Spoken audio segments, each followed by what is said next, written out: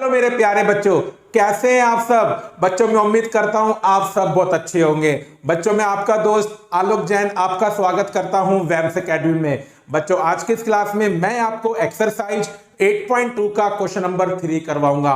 बेटा ये क्वेश्चन ना बहुत ज्यादा इंपॉर्टेंट है, तो बस आपको एक काम करना है, इस वीडियो को ना पूरा देखना है मेरे बच्चों और प्रॉपर नोट्स बनाने हैं। फिर देखना बच्चों आपको ये क्वेश्चन बहुत ज्यादा सिंपल लगेगा। तो चलिए मेरे प्यारे बच्चों शुरू करते हैं आज की क्लास।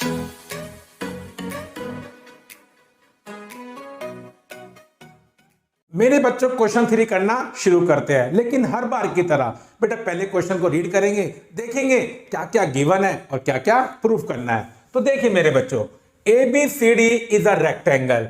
तो बेटा आपको क्या गिवन है कि ABCD एक क्वाड्रिलेटरल है जो कि एक रेक्टेंगल है। P, Q, R and S are the midpoints of sides AB, BC, CD and DA respectively. Show that quadrilateral PQRS is a rhombus. अब बच्चों देखिए, अगर देखा जाए ना क्वेश्चन 3 क्वेश्चन नंबर 2 का क्या है बच्चों, उल्टा है। बेटा मैं उम्मीद करता हूं क्वेश्चन 2 की वीडियो आपने देख ली होगी। बेटा क्वेश्चन 2 में क्या था कि जो भार आपका बन रहा था क्वाड्रिलेटरल वो एक रोम्बस था। फिर बेटा मैंने क्या किया, रोम्बस की चारों साइड्स के क्या लिए थे, मिड पॉइंट, और मिड पॉइंट्स को ज्वाइन करके जो अंदर क्वाड्रिलेटरल बन रहा था बच्चों वो क्या बन रहा था, रेक्टेंगल बन रहा था। तो इस क्वेश्चन में उल्टा हो गया। अब भार जो क्वाड्रिलेटरल है वो एक रेक्टेंगल है, और बेटा अगर आप रेक्टेंगल की चारों साइड्स के मिड पॉइंट को ज्वाइन करेंगे तो ज्वाइन करने के बाद अब अंदर जो क्वाड्रिलेटरल बन रहा है बच्चों उसे क्या प्रूफ करना है, रोम्बस प्रूफ करना है। तो बेटा क्वेश्चन 3 क्वेश्चन 2 का क्या है बच्चों, उल्टा है। बेटा क्वेश्चन 3 ने क्या किया, क्वेश्चन 2 का सारा पलटा उतार दिया। पलटा बोले तो भाई क्वेश्चन 2 में भार रोम्बस था, अंदर क्या बन रहा था, रेक्टेंगल। अब क्वेश्चन 3 में क्या है बच्चों, भार रेक्टेंगल है, अंदर क्या बनेगा, रोम्बस बनेगा। तो बेटा इस क्वेश्चन को ना आपको इस तरह से याद रखना है। लेकिन बच्चों इसका जो प्रूफ है वो क्वेश्चन 2 के मुकाबले बहुत ज्यादा सिंपल है। तो चलिए बच्चों सबसे पहले क्या बनाएंगे, एक डायग्राम बनाएंगे बच्चों। तो हमें क्या गिवन है बच्चों कि ABCD क्या है बच्चों, एक रेक्टेंगल है। क्या है मेरे बच्चों, रेक्टेंगल। ए, चलिए बच्चों मैं कलर चेंज कर देता हूं उससे सही रहता है। ABCD बच्चों क्या एक रेक्टेंगल है। और मेरे बच्चों मुझे क्या गिवन है, जो P है बच्चों वो AB का मिड पॉइंट है, जो Q है वो BC का मिड पॉइंट है, R CD का मिड पॉइंट है, और बच्चों S किसका मिड पॉइंट है, AD का, या बच्चों DA का, उससे कोई फर्क नहीं पड़ता। अब मेरे बच्चों क्वेश्चन क्या कह रहा है, अगर मैं इन मिड पॉइंट्स को ज्वाइन करूंगा बच्चों तो अंदर क्या बनेगा, एक क्वाड्रिलेटरल। और मेरे बच्चों मुझे इस क्वाड्रिलेटरल को क्या प्रूफ करना है, रोम्बस प्रूफ करना है। अब बेटा ये बात मैं जानता हूं, रोम्बस क्या होता है, एक ऐसा पैरेललोग्राम जिसकी चारों साइड इक्वल होती है। तो बस मेरे बच्चों जैसे हमने क्वेश्चन 2 में किया था, इस क्वेश्चन में भी पहले हमें क्या करना पड़ेगा, PQRS को पैरेललोग्राम प्रूफ करना पड़ेगा। चलिए बच्चों अब लिखते हैं गिवन और टू प्रूफ। तो देखिए बच्चों इस क्वेश्चन में मुझे क्या क्या गिवन है कि बेटा ABCD is a rectangle, ABCD is a rectangle, और बेटा क्या गिवन है, points and points P, Q, R and S are the midpoints of sides AB, BC, CD and AD respectively। ये बच्चों मुझे गिवन है, ठीक है बच्चों। और मेरे प्यारे बच्चों मुझे प्रूफ क्या करना है, बेटा मुझे प्रूफ करना है कि मिड पॉइंट्स को ज्वाइन करके जो अंदर क्या बना है, क्वाड्रिलेटरल, क्या नाम है बच्चों, PQRS। बेटा वो क्या एक रोम्बस है, ठीक है बच्चों। अब चलिए बच्चों प्रूफ करना शुरू करते हैं। अब बेटा अपना मिड पॉइंट की कहानी है। बेटा मिड पॉइंट थ्योरम कब लगती है, जब आपको एक ट्राइंगल गिवन होता है। तो हम क्या करेंगे बच्चों, क्वाड्रिलेटरल को हम कैसे बना सकते हैं बच्चों, ट्राइंगल, उसके डायगोनल को ज्वाइन करके। तो बेटा हम क्या करेंगे, कंस्ट्रक्शन करेंगे मेरे बच्चों। और कंस्ट्रक्शन कैसे करेंगे, ऐसे बच्चों, ज्वाइन AC। क्या करेंगे बच्चों, ज्वाइन AC। कि मैंने क्या किया बच्चों, AC को ज्वाइन किया। और बेटा ये आपको किस में लिखना पड़ेगा, कंस्ट्रक्शन में लिखना पड़ेगा।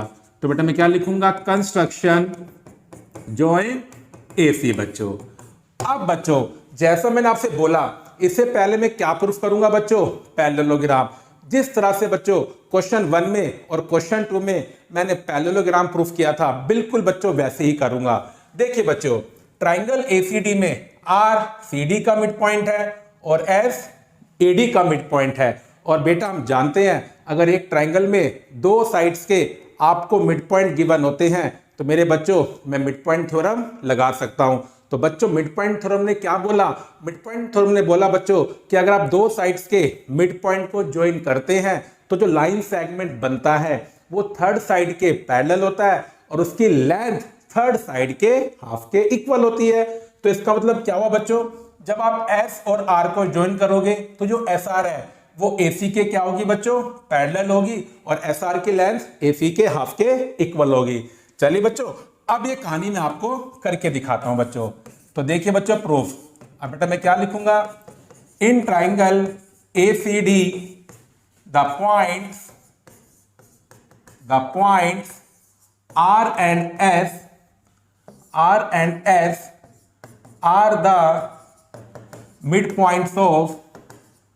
are the midpoints of sides CD and AD respectively। ठीक है मेरे बच्चों, क्योंकि ये बात मुझे गिवन है। तो मेरे बच्चों क्या लग जाएगी, मिड पॉइंट थ्योरम। तो therefore by mid point theorem we have. तो बच्चों मिड पॉइंट थ्योरम से हमें क्या मिल रहा है बच्चों, डायग्राम के अकॉर्डिंग कि एस आर एसी के पैरेलल है मेरे बच्चों और जो एस आर है बच्चों उसकी लेंथ क्या है, एसी के हाफ के इक्वल है बच्चों। अब ये बात तो मैं जानता हूं क्योंकि मुझे मिड पॉइंट थ्योरम आती है। अब मेरे बच्चों अगर ये सेम कहानी हम ट्राइंगल एबीसी में अप्लाई करें, क्योंकि पी एबी का मिड पॉइंट है और क्यू बीसी का मिड पॉइंट है, तो ये सेम कहानी नीचे वाले ट्राइंगल में भी आप लगा सकते हो। तो बेटा मिड पॉइंट थ्योरम से अब क्या होगा, पी क्यू एसी के पैरेलल होगा और पी क्यू की लेंथ एसी के हाफ के इक्वल होगी। क्योंकि बेटा ये मैं सब कुछ लिख के दिखा चुका हूं, दोबारा से आपको लिखने की जरूरत नहीं है, आप ज्योमेट्री में ऐसे कर सकते हैं सिमिलरली। और बेटा इसके एग्जाम में मार्क्स नहीं कटते हैं। अब सिमिलरली क्या होगा बच्चों, पी क्यू एसी के पैरेलल होगा और पी क्यू की लेंथ मेरे बच्चों क्या होगी, एसी के हाफ के इक्वल होगी बच्चों। ठीक है बच्चों, तो बच्चों ये मुझे इक्वेशन 1 और इक्वेशन 2 मिल गई। अब देखिए बच्चों इन्हीं दो इक्वेशन का यूज करके अब मैं पी क्यू आर एस को क्या प्रूफ करूंगा, पैरेललोग्राम। देखिए बच्चों कैसे, मेरे बच्चों एस आर किसके पैरेलल है, एसी के, पी क्यू किसके पैरेलल है, एसी के। और ये बात मैं जानता हूं अगर दो अलग अलग लाइन सेम लाइन के पैरेलल होती हैं तो वो आपस में भी क्या होती हैं, पैरेलल होती हैं। तो बेटा यहां से मुझे क्या मिल जाएगा कि पी क्यू और एस आर पैरेलल है। बेटा एस आर किसके इक्वल है, हाफ ऑफ एसी के, पी क्यू किसके इक्वल है, हाफ ऑफ एसी के। तो मेरे बच्चों यहां से मुझे क्या मिल गया कि पी क्यू किसके इक्वल है, एस आर के। तो बच्चों मैं क्या लिखूंगा, फ्रॉम 1 and 2 वी हैव। तो बच्चों मुझे क्या मिला कि पी क्यू एस आर के पैरेलल है और मेरे बच्चों फिर मुझे क्या मिला, पी क्यू एस आर के इक्वल है। चलिए बच्चों अब मैं आपको डायग्राम दिखाता हूं। देखिए बच्चों पी क्यू आर एस एक क्वाड्रिलेटरल है जिसमें पी क्यू और एस आर क्या है बच्चों, अपोजिट साइड का एक पेयर है। और बेटा ये रूल होता है अगर किसी भी क्वाड्रिलेटरल में अपोजिट साइड का एक पेयर पैरेलल हो और इक्वल हो, फिर मेरे बच्चों वो क्वाड्रिलेटरल क्या बन जाता है, पैरेललोग्राम बन जाता है। तो चलिए बच्चों अगर मैं इस इक्वेशन को देखूं, यहाँ पी क्यू एस आर के पैरेलल है और पी क्यू एस आर के इक्वल है। और जैसा मैंने आपको अभी डायग्राम में दिखाया, पी क्यू और एस आर क्या बन रही है बच्चों, quadrilateral P Q S R की अपोजिट साइड बन रही है। तो कि one pair of opposite side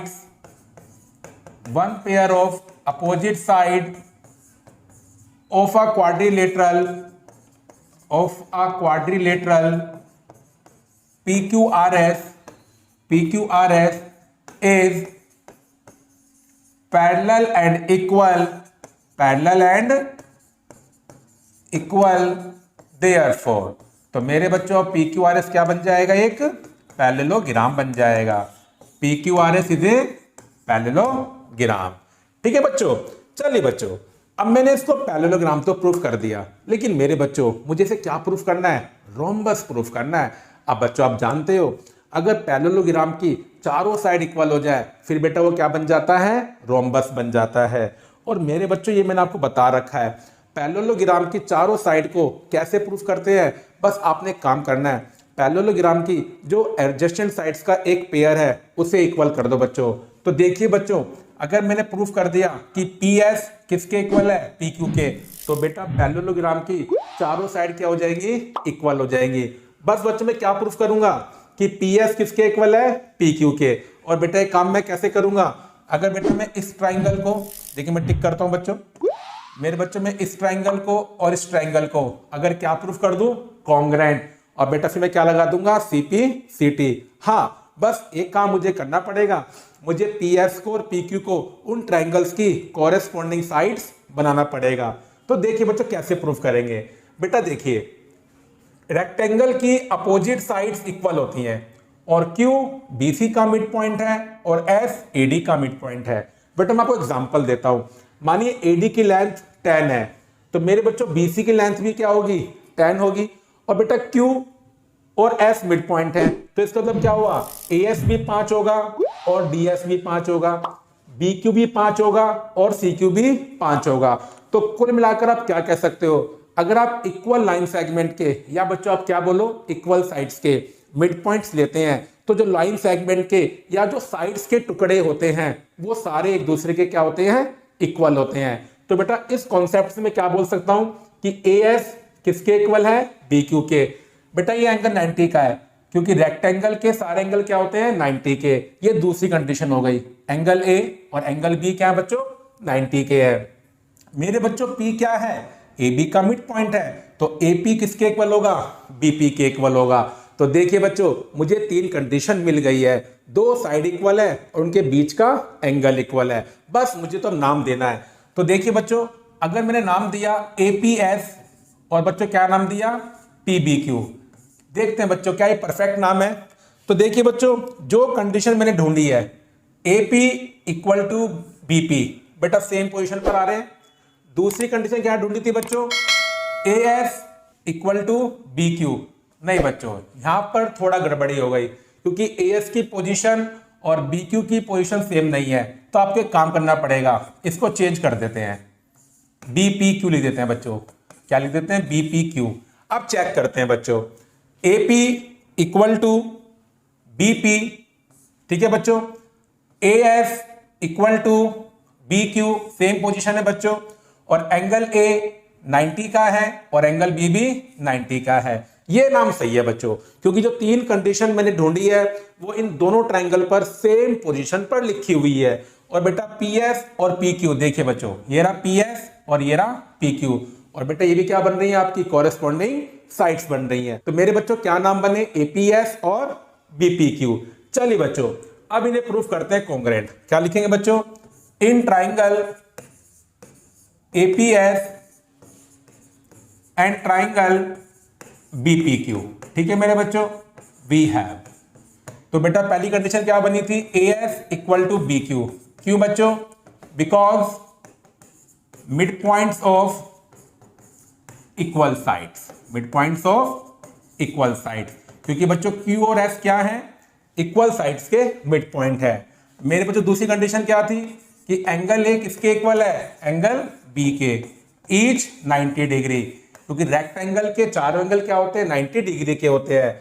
अब तीसरी कंडीशन क्या है बच्चों? AP equal to BP, because P is the mid point of AB। देखिए बच्चों, अगर हमारे बेसिक फंडे क्लियर है तो क्वेश्चन को करना मुश्किल नहीं होता। तो इसका मतलब बच्चों क्या हुआ?